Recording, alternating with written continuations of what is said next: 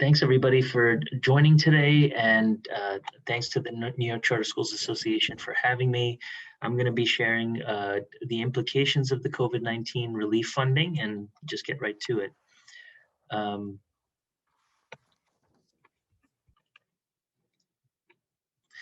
Quick background, our vision is to one day, I'm sorry, can we start over? I'm just like completely off. Yeah, no, it's. Hi, everyone. Thanks so much for joining today. And thank you to the New York Charter Schools Association for the opportunity to present. I'm going to be sharing some of the implications of the COVID-19 relief funding, and let's just get right to it. So quick background about CSBM. My name is Raj Tucker, and our vision is one day all charter schools will view and value responsible financial management as vital. Our mission is to empower charter schools with vital knowledge and services to understand and practice responsible financial management. And our core values are kindness, accomplishment, respect, motivation, and appreciation. And the not so hidden sixth core value is karma, because we always believe in doing the right thing. And overall, our purpose is to eradicate financial mismanagement, which you know is the #1 reason why charter schools shut down.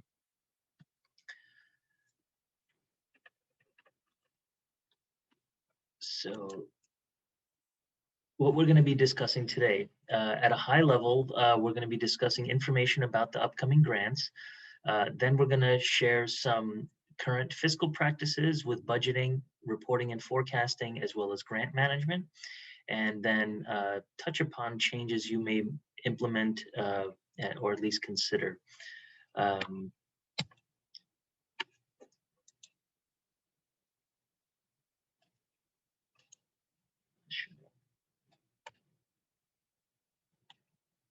So do you mind if I start over once more? I'm sorry. Thanks so much for joining today, and thank you to the New York Charter Schools Association for the opportunity to present. I'm going to be discussing some of the implications of the COVID-19 relief funding, and let's get right to it. So my name is Raj Tucker. I'm the founder and CEO of Charter School Business Management. Our vision is one day all charter schools will view and value responsible financial management as vital. Our mission is to empower charter schools with this vital knowledge and services to understand and practice responsible financial management. Our core values are kindness, accomplishment, respect, motivation, and appreciation. And our not so hidden sixth core value is karma, because we believe in doing the right thing. And our purpose overall is to eradicate financial mismanagement, which you know is the #1 reason why charter schools are shut down. So I'm going to be discussing at a high level the upcoming grants, then discuss some of the current fiscal practices with what we recommend with budgeting, financial reporting and forecasting, as well as grant management, and changes you may implement, if any. The ideal is that you're doing everything that we're recommending, and then there's nothing new to do. And if there's something that I unearthed for you to consider changing, that's a win in our eyes.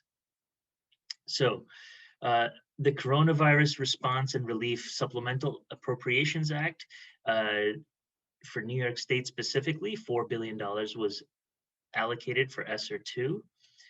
There's either somewhere between hundreds of thousands of dollars to sometimes millions of dollars going to charter schools based on the Title I allocations. And then the grant period is from March 13th, 2020 to September 30th, 2023. Now, the American Rescue Plan Act's funding, $9 billion was allocated to New York State. And you can think of this as ESSER 3. Again, hundreds of thousands to millions going to charter schools based on the Title I allocations. And this year, the grant period this time is 3/13/2020, going all the way through September 30th, 2024. So one more year than ESSER 2. Okay, so what can the funding be used towards? There's two main buckets, the sanitizing and minimizing spread of infectious diseases. So that includes purchasing supplies to sanitize and clean, repairing and improvement of school facilities to reduce the risk of virus transmission and exposure because of all the hazards, um, improving indoor air quality, developing and implementing improved preparedness, including professional development for your team and for your students. So addressing student needs is the next big bucket, and that includes planning for activities during long-term closures, including meals and technology for online learning, mental health services and supports, summer learning and supplemental after-school programs, as well as learning loss. Um, and then there's this catch-all of other activities necessary to maintain and the continuity of services, um, including continuing to employ existing or hiring new staff. So there's new information coming at us practically every day. I know that there's a lot of confusion that this has caused out there, and we're doing our best, just as you are, to weed through all the memorandums that come out, and it's a learning process. But so a few things to keep in mind. So the first thing is to just consider the costs after the grant period is over.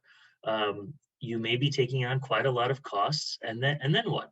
So you have to decide: will expenses that you've been previously paying for with these funds, are you going to continue them? Are you going to phase them out? Are you going to phase them out abruptly? Are you going to phase them out over time? So these are the types of things you need to consider when figuring out how to spend these dollars.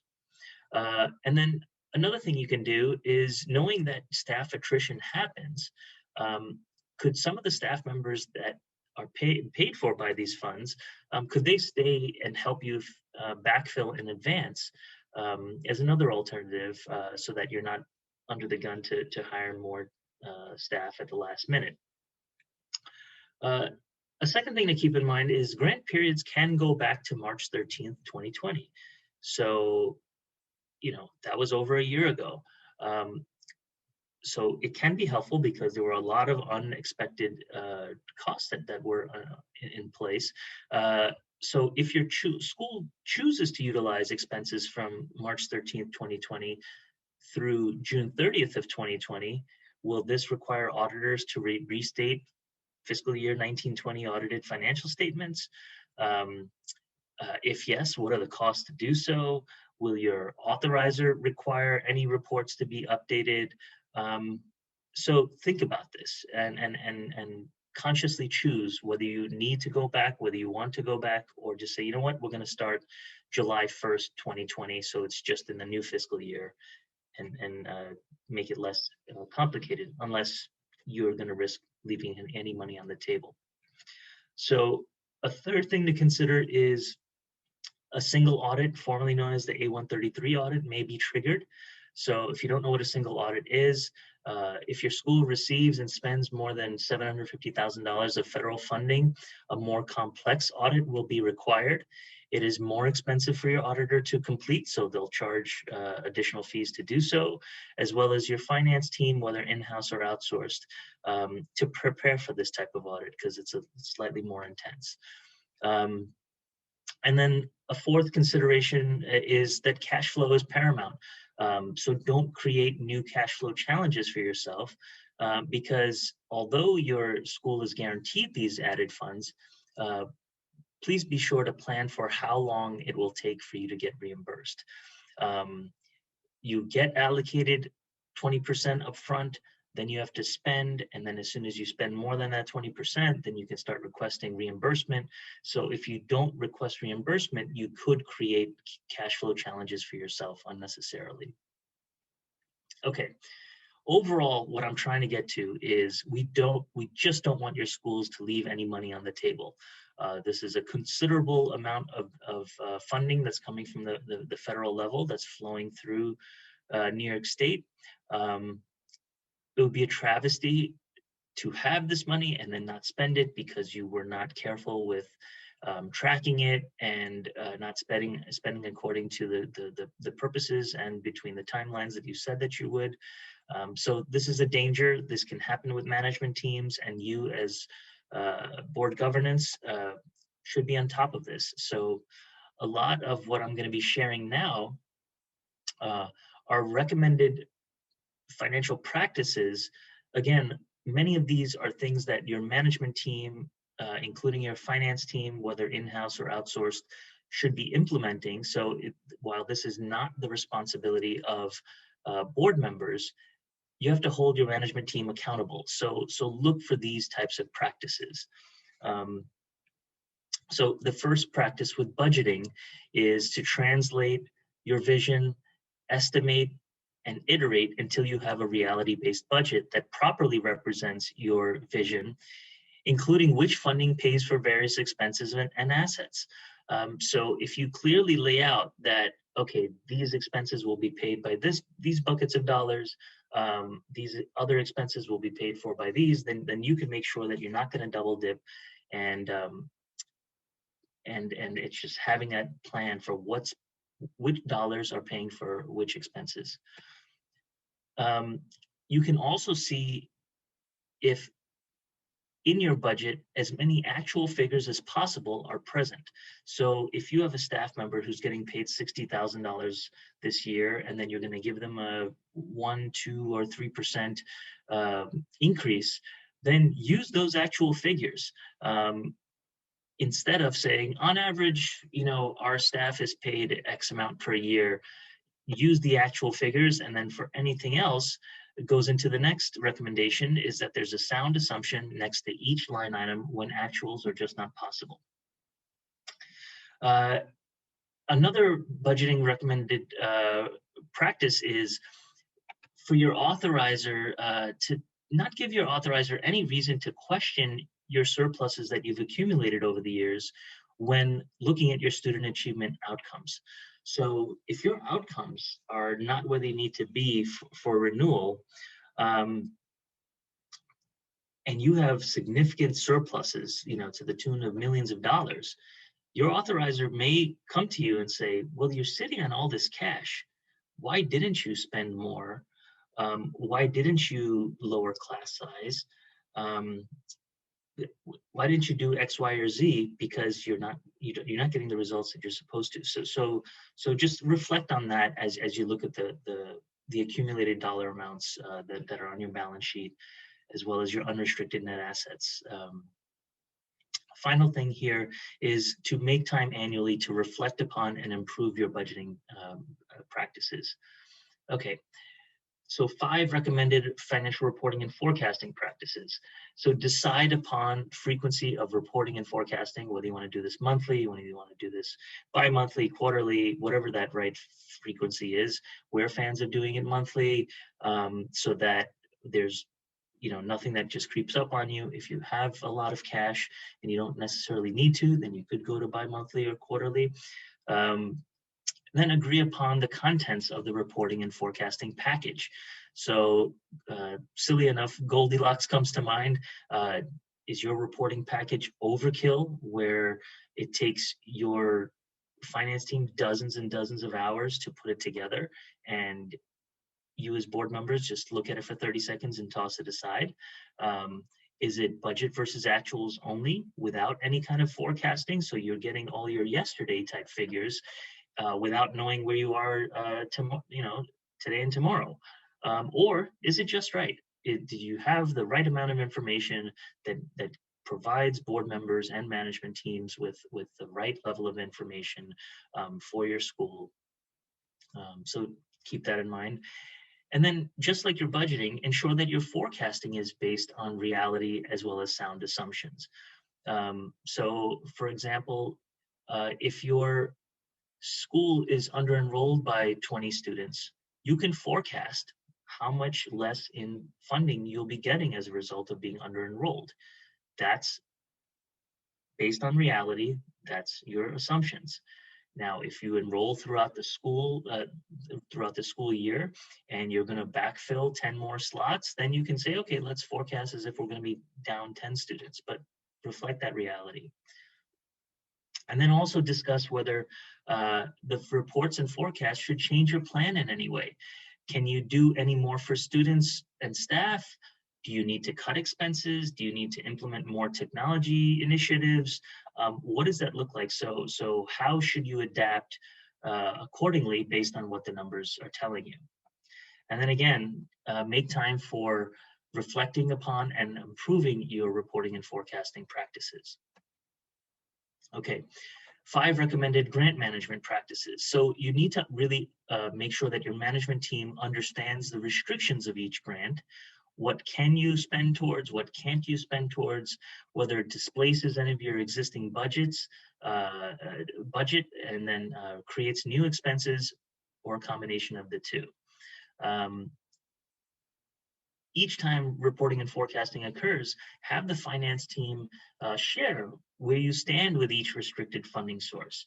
So include how much were you eligible for? Okay, we were eligible for $500,000. We've spent $100,000 to date. The amount remaining is $400,000. We still have 3 years left to go on this grant. Okay, wonderful. I hope that makes sense. So that way you're reducing your risk of leaving money on the table. So that information will help you affirm whether there's a risk of leaving those dollars on the table, quote unquote. And again, make time annually to reflect upon and improve your grant management practices. Okay, so I know I've said a whole lot. This can be a rhetorical question you can answer in the chat. If less than ideal practices exist, how may you evolve them? Think about these, reflect upon them, and then we definitely are giving you all the slides that are presented today via PDF. Recordings will be made available as well. And then changes you may implement. Based on our discussion today, what are your key takeaways? What do you plan to start, stop, and continue doing? Another framework for this that's very similar to start, stop, and continue is what do you plan to eliminate? What do you want to reduce? What do you want to raise? And what do you want to create? So whichever framework you use, it's just, what are you going to do about this? Any questions? I don't know if there's anything that's, let me see, it looks like there's something in the. Yeah, and we can potentially hold some additional questions to the end, or we're happy to speak to the ones that are there now. I think one thing that I would just comment on that Raj mentioned is that I think for many schools, this is an incredible additional amount of state managed federal grants than is what their normal expertise is. And so if you're a school that he's gotten, for example, CSP, but through a CMO grant, or hasn't gotten CSP, or hasn't gotten sort of significant state or federal grants in the past, really making sure that there is a clear person on your management staff who owns the reporting and compliance for the grant, I think is going to be pretty significant. And I know I speak for Raj when I say that their team is happy to consult to you or advise that person. But I think that there are schools who have not drawn down the volumes of these types of funds in the past. And they're just sort of like, because this is federal money, but it's flowing through the state funnel, there are some procedures that are standard to a state grants process that if you haven't gotten funds at this volume or of these types before, someone is going to be having to fill out FS10 forms. And like, there are just sort of like very procedural type processes that risk leaving money on the table, as Raj mentioned earlier, that I would just really recommend. And then we'll hand it over to Carrie because she'll speak in much greater detail about the governance questions that boards should be asking. But if I were on a board, I would say, like, at the end of the day, who owns this? Like, who has their eye on what we're tagging? What, like, tagging is the sort of grants management term. What are the expenses associated with these costs, and who owns knowing what we need to do to submit the like highly weedy, very specific compliance forms. And so that I'm using that as a bridge from Raj's sort of technical budgeting finance context to Carrie's. And so I'll hand it over to Carrie. Please keep entering questions in the Q&A. We'll definitely have time to get to them before we wrap. And so I'm also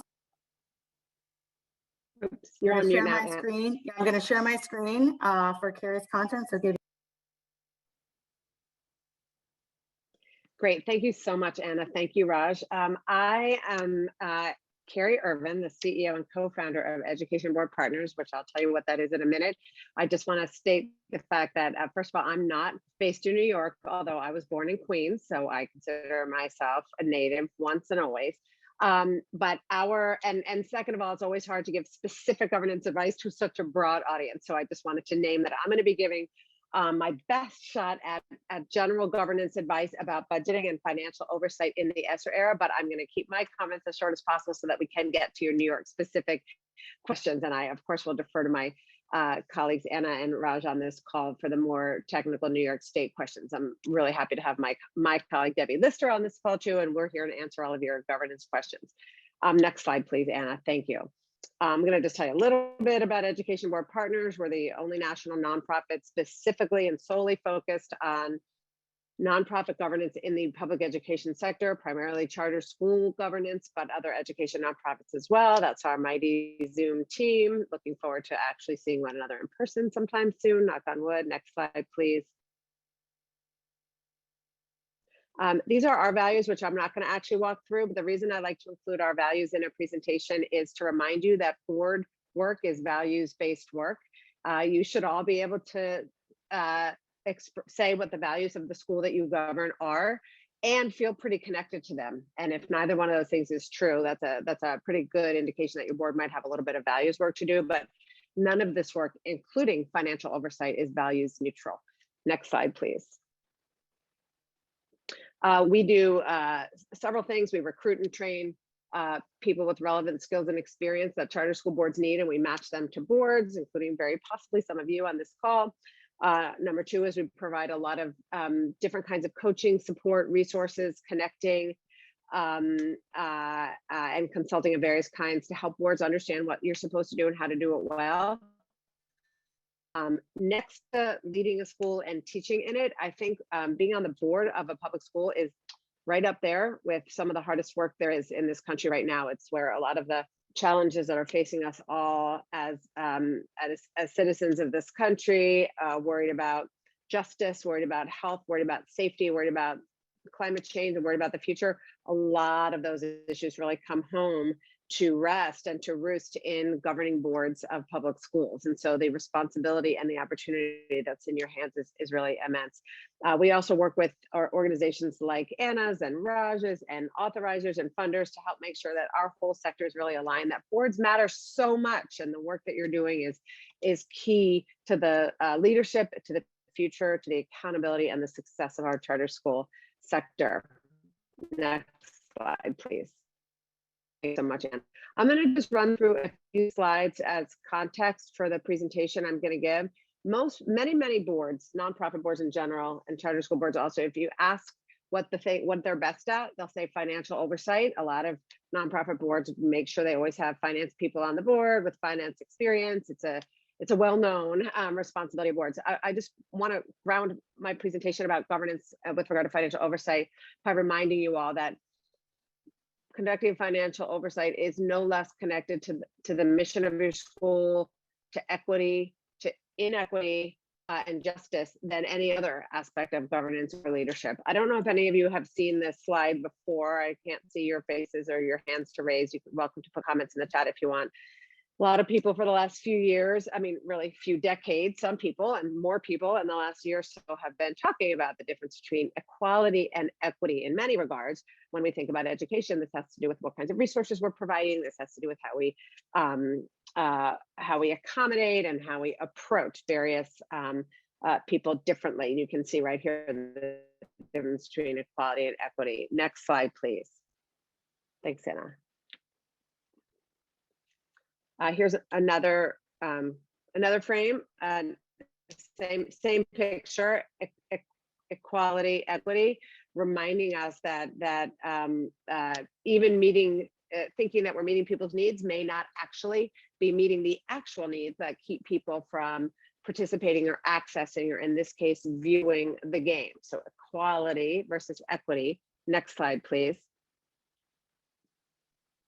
I would suggest to you that while equity is a better lens on governance than equality, I would ask you to consider what it would look like if our goal was actually justice. The big difference again between the second slide, the second picture, and the third picture is let's remove the barrier. Let's figure out how to not address the deficits that people bring into our schools. Let's actually remove the barrier so that wherever, given each person's unique set of needs and skills, that everybody has equal access to watch the game. I would finally ask you to consider even further that really all of us, I think, are in this work for the next slide.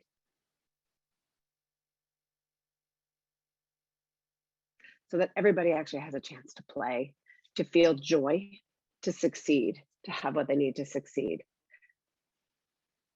I wish we had time to really discuss all the implications of these slides. I hope you'll have a chance to reflect on them and think about them. But I do want them in your mind as we talk about financial oversight, because it's not just about the columns on a balance sheet. And it's not just about the fact that you guys are about to get a lot of money, a lot more money than you knew you were going to have a couple years ago. And when you think about what to do with it, I hope you'll think about justice, joy, impact, and opportunity. Next slide, please. Next slide, please. A few words about governance in general. I'm not sure if any of you have seen slides like this before. So very quickly, I just wanted to note that I'm a big believer in charter school governance. I'm a big believer in pulling public schools out of political governance, out of the control of elected school, direct control of elected school boards, and out of big systems. But it's not that I believe in this form of governance because it's perfect. It's hard. It's really, really hard for a group of people who don't really know each other to come together really just a few times a year to make incredibly important decisions. And most boards need a lot of help doing that. Board members are by definition not getting paid. This is not your full-time job. And as I always say, nobody wakes up in the morning and says, today I'm going to be a board member, and nobody majors in it in school, and it's nobody's hobby. It takes energy, time, and effort to figure out how to do it well. So we see boards that are just rubber stamps for what the management wants to do. We see boards that are disruptive and think they know better, and we see boards that are disengaged and absent. All of those things are really depriving your school leader, your students, and teachers of the opportunity to thrive and succeed. We see a lot of boards in this middle category. They take a look at some prepackaged problems, essentially almost multiple choice governance. They choose between pretty concrete, limited choices. We like to see boards that are high performing, that are asking great questions, thinking about them together in partnership and collaboration with the school leader, and that understand that your role as a board is to provide both support and oversight, to hold the school accountable, and then to help your leader, to provide support for your leader that they need to succeed in their role and to succeed in their leadership. I just want to couch all this, and I know you already know this, so I'm not telling you anything you don't know. I mean, being a great school leader of a public school, particularly a public school serving a high need population, was already bordering on impossible in 2019. And I just ask you through this presentation, as we talk about this actually pretty exciting opportunity, to just remember that your school leader has had a horrible year with untold levels of stress, unimaginable amounts of disruption, and all of you, school leaders and board members alike, have had to and are continuing to have to display a kind of courage and fortitude and resourcefulness that was not really part of your job description. And children physically returning back to the building, of course, is only step one in addressing the catastrophic disruption that has taken place, all in the context of all of us as citizens, as educators, and as board members being asked to really take another look at whether or not we are doing everything we can to see racism and bias and injustice, and to commit to addressing and tackling and grappling with the impact of racism, systemic racism and injustice in our schools. Next slide, please. So your job as the board is to protect the future from the present. Next slide, please. And that includes it with financial oversight. We at Education Board Partners use a framework for effective governance. I don't have time to go through all this, so we are going to be focusing in on the fifth one here, raise and use resources wisely. Reminding you again, you can see the bar at the bottom. All of the governance responsibilities of your board rest on a foundation of people, culture, and equity. Next slide, please. Okay, financial oversight. What I'm going to do is talk to you somewhat generally about your responsibilities for financial oversight, because all this money needs to come in and be part of this same process. You're not going to have a separate budget. You're not going to have separate programs. You need to be thinking about these resources as part of your financial oversight that you are already responsible for. All members of the board need to understand the school's finances, although some will go further in depth on the finance committee. You must, as Raj already talked about, decide on the frequency, but it does have to be relatively frequent that you are looking at financial data. And your job as a board is to vote formally to approve a budget and to make sure that that budget is not just adding up at the bottom numbers wise, but that budget is aligned to the mission of your school, the promises of the charter, and student needs. I'll talk more about that. Next slide, please. Next slide, please. Same slide. Okay, the board is responsible for financial oversight, the financial performance of the organization, and for making sure that those resources are allocated towards achieving the mission of the school. You vote to approve a budget, ask questions. The best board members are the ones that ask the best questions. Is this budget aligned with our mission and goals? How can we deploy resources to address opportunity gaps, not just measure achievement gaps?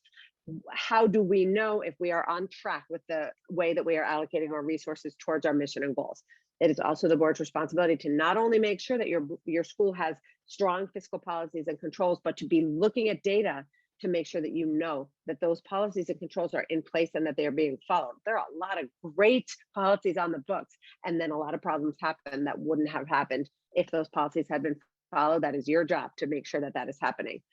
The finance committee, which is a subset of your board, collaborates very closely with the school leader, the CFO, and perhaps other members of the leadership team, including periodically the chief academic officer, to review and put together a draft budget and present that to the board. That is a board responsibility in collaboration with the school leader, not just a management responsibility. It is the board's job to monitor performance against that budget regularly. We ask you to make sure that you have a data dashboard where you are looking at the same data over time. One way that boards get into trouble with financial oversight is when you don't notice that you're looking at different sets of data each month and therefore you're not noticing changes in how money is being spent, or you're only seeing snapshots. You really need to be looking for patterns and trends over time. We ask board members on the finance committee to be available for changes. Sometimes the budget doesn't need to be changed that often, but sometimes, but within the infrastructure of the budget, if we've learned nothing in this past year, is that the unexpected happens. So board members need to be available to consult and advise. And then board members need to help translate and communicate to the full board. Again, the central feature of financial oversight is not money, it's students and outcomes for students, and whether all students in your school have opportunities to access the education that they've signed up for. Next slide, please. A few grounding principles as you think about your responsibility for this new money. Ground in the mission, always. Mission, financial oversight starts with mission. Number two, I'm just reiterating some of what Raj talked about. Govern, don't manage. Govern, don't manage. Ask questions, don't mandate. Ask how you can provide support and then provide it. And again, protect the future from the present. Your job is to lift your heads up and look at the horizon and help your school leader lift their head up and look at the horizon. They're very focused on the day-to-day. Thirdly, commit to data. I just talked about that. And I just want to remind you again, boards, we ask you to really open your eyes a little wider, generally speaking, than we all did before. Look for opportunity gaps, look for the inequities, and think about how would you govern differently if you were focused on justice, joy, impact, and opportunity. Again, recognize the reality that we're in right now. This is a terrible time, and we are still, or just at the tail end of a catastrophic disruption. Think about that as you think about these funds. I really want to encourage you all to innovate. I'm very concerned about what I see as a giant defaulting within the charter sector towards status quo, towards the way things were, towards quote normal. No, no, no, no. The whole point is that nothing's normal anymore, and it can't be again.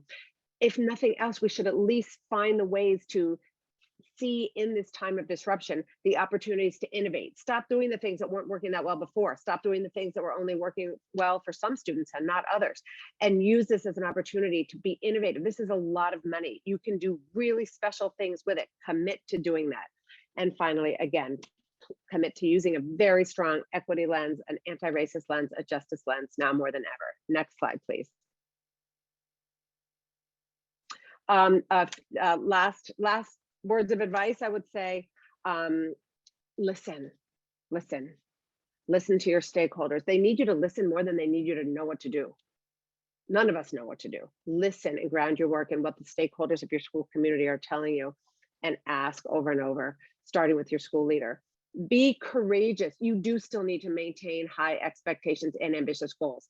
Everything is terrible, and you have to educate these children. This is the only time they are ever going to be in second grade or 8th grade or kindergarten. Maintain high expectations. It's going to take a lot of courage and fortitude to do that. Lean all the way in. I know I keep repeating myself because sometimes that's the best way to get across my most urgent message, which is now is the time. Be courageous. Don't be afraid of making some people mad. Lean all the way into equity over equality as you set goals and as you think about this money, and use data to back that up. And then finally, again, I would just ask you to think about the word alignment. Make sure that this money is aligned with the mission and with the school's goals.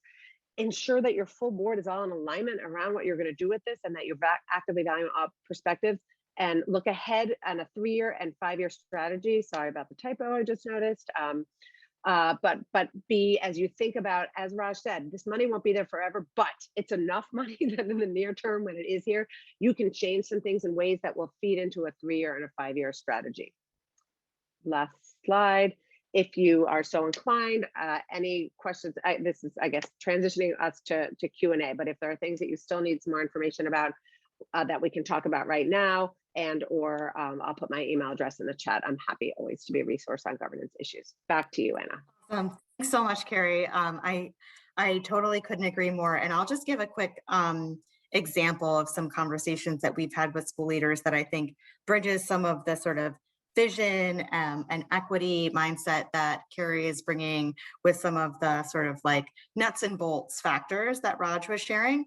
So I've heard from a lot of schools, like, this money has a time limit. It's a ticking clock. Like, how can we make real change with a ticking clock? And I would say, you know, charters are uniquely positioned under your leadership in the governance model that you have to pair vision with data.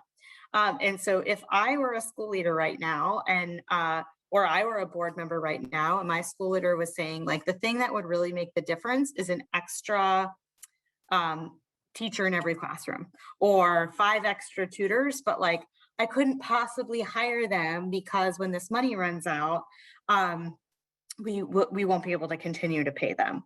I would say a couple things. Like, number one, we probably as a school have data about attrition, right?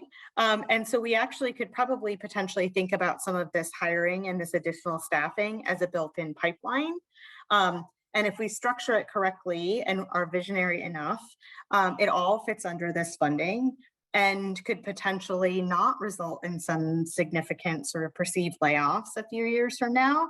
But I think those are the sorts of creative questioning and probing questions of the nature that Carrie was mentioning, combined with budgeting and data and forecasting, specific forecasting that Raj was speaking about, that I think really lends itself to the highest and best use of these funds, because I also would just totally underscore what Raj wrapped with, which is like, leave none of this money on the table. So with that, we'll transition to the questions that are in the Q&A. I'm going to start with the ones that are open questions. Some have been answered already, but I will, if we have time, we'll get to them. So we speak them out loud. I know some folks are not necessarily on video, and so it could potentially benefit them to sort of hear this out loud. So, and Raj, I'm going to ask you to weigh in on this. So what about ECF funding? I believe that's an expanded E-rate fund. Is there guidance on that? This is not something that I've heard that has been specifically as yet rolled out to charters. Is that something that you're aware of? I'm not aware of it, but I can ask my team and see if they know anything about it. I was Googling it during while Carrie was speaking, but I wish I had more information, but we can follow up with everyone afterwards. Yeah, and I'll just, and folks should feel free. I'll put my email in the chat, and just generally note that we are very interested in being, and I think I speak for Carrie and Raj collectively, I think our three organizations are very interested and well positioned to be a consistent structural resource to boards. And so if there are questions like that or topics above and beyond the one that we're addressing today that folks feel would be beneficial, you should feel free to reach out, because it's also always helpful to us to know what's out there in terms of the things that schools and boards need and are wondering. So Thomas asks, where can I find a list of these federal assurances? So the best way to find them is actually to undertake to complete them. And I say that in part because the deadline for completing those assurances is May 24th. It's not the sort of portal where like once you enter, like, you're damned if you don't complete everything. You don't have to have a fully baked, board approved, highly articulated budget for spending these funds in order to complete the assurances, but you do have to complete the assurances by May 24th in order to be able to progress to the next stage of funding, if you will. Only one that I've heard of has raised anyone's eyebrows, but I don't know, Raj or Carrie, if you've heard of other ones, is that there is a fascinating one that requires the person completing the assurances who has to be an agent of the LEA, which is the school entity, the sort of legal business entity of the school, that they agree that in neither personal nor professional context will they undertake texting while driving. And so while I personally endorse that and strive in all of my moments to live by that, I will say that you wouldn't be the only person. And Stacy, I'm going to try to address your question at the same time by saying there's a little bit of a okay. If you deeply feel that you as the agent, or if you are aware of the agent of your school who cannot in good faith agree to that, Raj, Carrie, thoughts on that? From my cold dead hands. Yeah. There's always strings attached. Yeah, there's always strings attached. There's weird, even with renewal, there's things that you have to attest to and agree to, which they make it sound like a choice and it's not really. So it ultimately it's up to you. But there's just so much information coming at us daily that they keep trying to clarify. Sometimes the clarifications are more confusing than actually being clarifications. So there's a lot of activity going on trying to get some real answers. Yeah, and I think I would just sort of echo Carrie's earlier point, which I think if you start with an equity and a vision perspective and you lay something out and to your best, your school leadership lays that out, and you as a board asks probing questions and can, to the largest degree possible, match funds against those goals, you're going to be fine.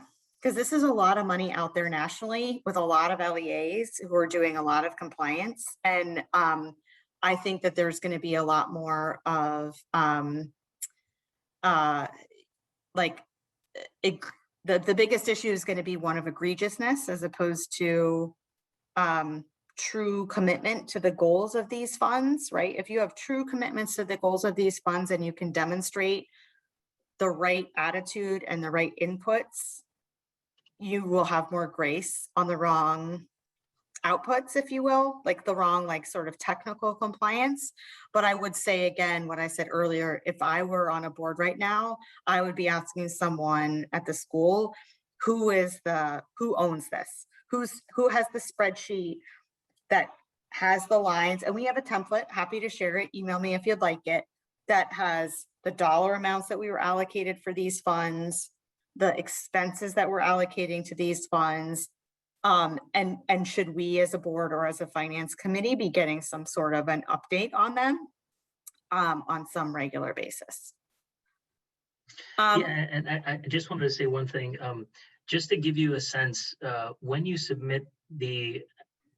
apply for these funds, there's an FS10 form that is filled out by management, which is your original intention of how you're going to spend these dollars. Then amendments will happen. So there's a FS10A form that says, okay, we thought we were going to spend $300,000 towards tutoring. It's actually going to be 400,000, or we're going to cut back on these supplies. So there's opportunity to make these changes. Then there's something called an FS25 form, which is the request for reimbursement for monies that you've laid out that now you want to get back into your school. And then there's, once each fiscal year ends, there's an FS10F form that this is the finalized amount that we spent. It's still within the ranges of what we had estimated. So I don't want board members to think that like by June 15th, when they're applying for ESSER 2, like everything has to be signed, sealed, and delivered, and it's in blood or anything like that. There's opportunity to make amendments in the future. So like, this is constantly this is what we think we're going to do. This is what actually happened. We've got to switch it, because you may find an amazing tutoring company that you love, and then you may find a company that's just like, oh, that was horrible. Let's get more supplies. So there's flexibility there. I guess from a governance perspective, I'll just add two things to that. One is, all of this highlights the importance of two parts of governance. One is act in good faith, and the other is develop relationships. That means with your authorizer, it means with Anna and her team and other nonprofits out there that are all around to help you, like ours represented here. Act in good faith. I mean, this is a time of crisis. Act in good faith on behalf of students. And as Anna and Raj just said, if you are genuinely doing your best and acting in good faith, probably you're going to be okay. If you're not, don't pretend you are. And again, there are resources out there. Do not try to, look at this, look at these, there's a lot of technical details. Number one, nobody really is expecting volunteer board members to know all these things on your own. And it's not a good idea to try to figure them out. And it's also not a good idea, and I say this with full love and respect for school leaders, it's also not a good idea to only get the answers from your school leader, right? First of all, they're super stressed and may not be intaking all the information. And second of all, in some cases, they may have a reason to only give you some of the information. So develop relationships. There are a lot of organizations that are specifically set up to help you, to help charter schools, to help boards with governance, with finance, with decisions that help you provide oversight over instruction. Yeah, and I'll just echo. I'm really at the risk of busting this down to the ground. Don't use this money to hire your friends. Don't let your school leadership hire this money to pay people that are their besties without having some board process to evaluate the value of that. This is a lot of money, and it is broadly applicable. And so absolutely sort of have the equity lens and sort of do your best for kids and ask questions later. That would be my giant asterisk, my giant flashing asterisk. If your school leaders runs a really great local tutoring program, fantastic. Have a board governed process to evaluate them that you can document in order to spend this money. tuck that will never be requested, at least in the current process in terms of the drawing down on these funds, but document it, stick that documentation in your sort of electronic back pocket.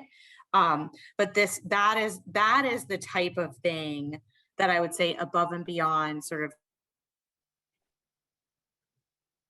be governed by what is best for kids right now, that I would flag, because I think in a lot of communities right now, communities are hurting, and the best resources are in the communities, which probably means that they are related in some way to your school communities.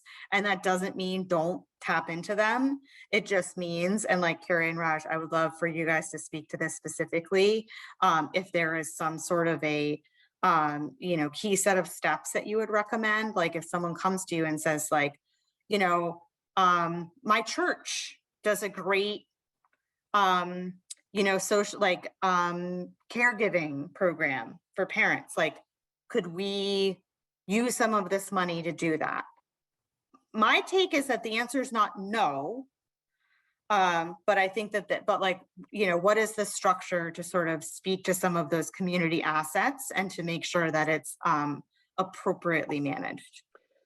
Yes, and to build on that, just let's use that example. Do you have a conflict of interest policy? Read it, okay? A lot of things that people think are conflicted out, they just have to be disclosed. So this is an example where you need to know if you have a conflict of interest policy. If you don't, get one now, and then run everything through it. Number two, I would say that your board should invest a little bit of time in what is going to be your rubric, your decision-making criteria. For example, it might be things like, would this be a program we might have, does this solve a need we know that we have? How are we documenting that? What's the data to show it? Is this program geared towards serving our highest need students, not our lowest need students, relatively speaking? All students have many needs. So invest the time in coming up with a kind of a decision-making template. Don't be ad hoc, don't be episodic, don't make these decisions in isolation. But again, and as Anna said, don't right out of the gate assume that because something is small, because something is a program we haven't used before. Guess what? Sometimes equity means let's not keep using the same programs we've used before. And sometimes they haven't been working, they're just familiar. So don't be blocked by those things. Be thoughtful, have policies in place, follow them. Great. Raj, any thoughts on that before I hit some other Q&A questions? I was typing out the answer to some of the questions. Yeah, so could you repeat the question? I'm sorry. Well, so this is just like if you're a school leader or a school community member approaches you and says like, fill in the blank, my cousin runs a tutoring program. Oh. My pastor has a great social emotional program. Like, I know there are these funds.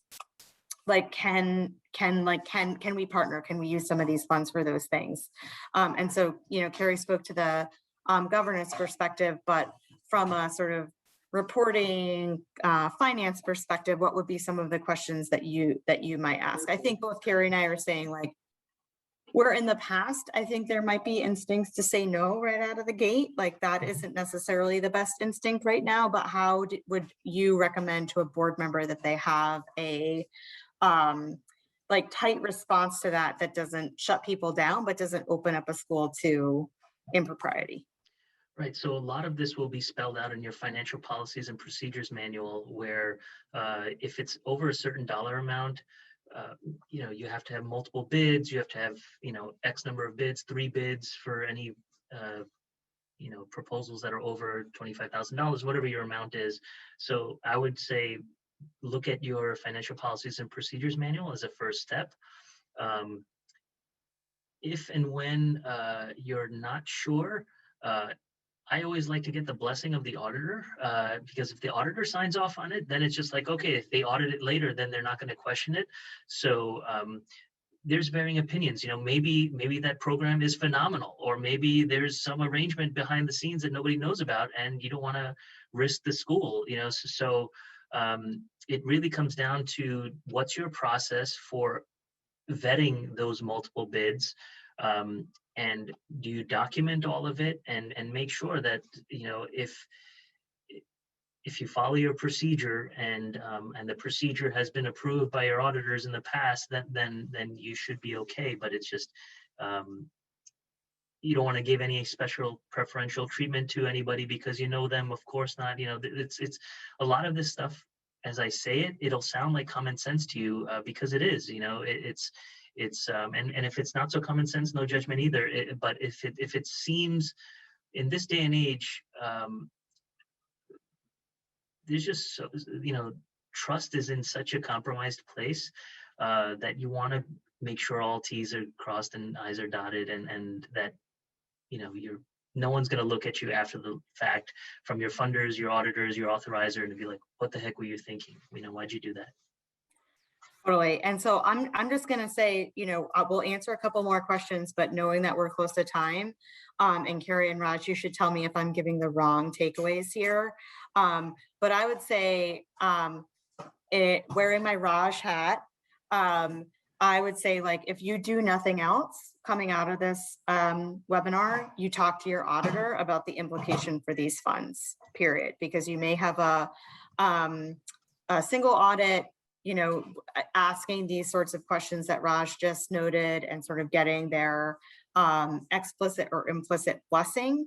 And then I would say, from potentially Carrie's lens, like, if you as a board haven't had somewhere between a 50 and a 10,000 foot conversation about the volume of these funds, the purpose of these funds, the use of these funds, and how you as a board are evaluating the impact of these funds, you should plan that conversation literally in the next 6 weeks, because your school management has requirements to start submitting intents to draw down on these funds that you as a board should be at least aware of, if not engaged with.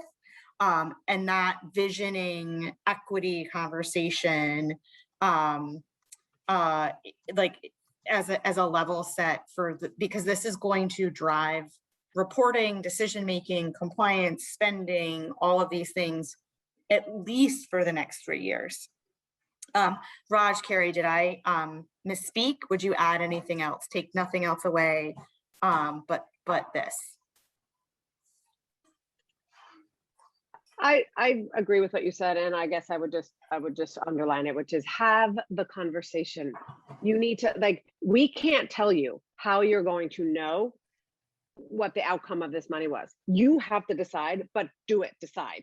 Like, we can give you decision-making templates and stuff like that, but it is going to really vary. There's no perfect or right path forward, but you have to have the conversation to decide for your board, for your school, for your network.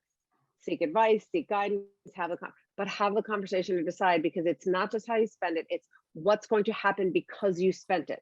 And ask that question and then decide how you're going to measure it. So I would agree with what you said. Yeah, and then the only thing I would add is, when in doubt, just ask.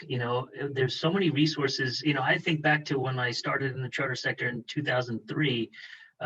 It was like, you'd be lucky if someone called you back. So like there's so many resources out there. So when in doubt, just reach out to New York Charter School Association, reach out to us or education board partners, reach out to your auditors, reach out to your authorizer. There's plenty of resources, and a lot of times we've asked, if you're afraid of asking your authorizer because you don't want to compromise that relationship, we've asked on behalf of schools. We've asked the authorizer and said, look, we have schools that do not want to be named. This is the question at hand. We'd like to disseminate. We don't want to create any kind of challenging situation later. Yeah, so just ask, and your gut tells you when something could be misinterpreted later. Like, follow your instincts. Well, Carrie and Raj, I just want to thank you both so much again, and give you one last task, which is to drop your email in the chat. And I also have, and I'll say again, I know we haven't answered every question. we're all available. The three of us work very closely together, especially on topics related to supporting boards and board governance. And so if your board specifically is interested in more resources, whether it's on this topic, planning generally, or anything like that, you should absolutely let us know. And then also, if there are topics that you think that forums like this would be valuable for you, either your school or your board, please also let us know. So very much appreciate everyone's time. This is I'm going to go ahead and bet some money that this is not the last one of these. Like, I think we should all, if we could, like, I don't know how you fist bump in the middle of a screen, but like, yeah, right. We'll be back, because I think, many of the technical questions that folks are asking are emerging issues. But, as both Kara and Raj said, if you operate in good faith, you document your efforts, I think folks are going to be fine. And then I would also just say, like, it's very possible that these are not the last of these sorts of funds. And so, like, God helps those who help themselves. And so if you operate with an equity lens and you do it in the frameworks that are available to you, and you take advantage of the people who very much want to help and support your efforts, good things will happen. So thanks again, Carrie and Raj, and thanks to everyone. And please feel free to reach out if there's anything else we can be doing to help. Thanks, everyone. Bye. Thank you. Take care.